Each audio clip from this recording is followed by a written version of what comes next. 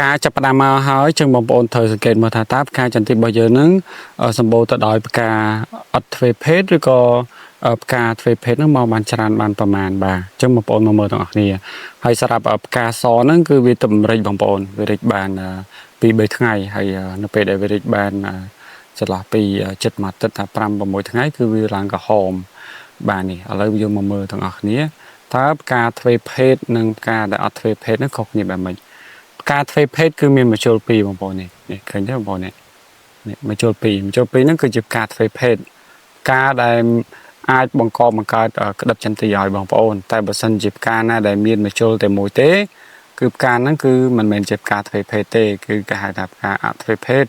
ដែលវាអត់ផលិតក្របចន្ទទីទេនៅពេលដែលវាដល់ថ្ងៃដល់ខែវានឹងក្រៀមស្វិតទៅវិញបាទនេះបងប្អូននេះគឺជាផ្កាទ្វេភេទផ្កាដែលមានមជុល2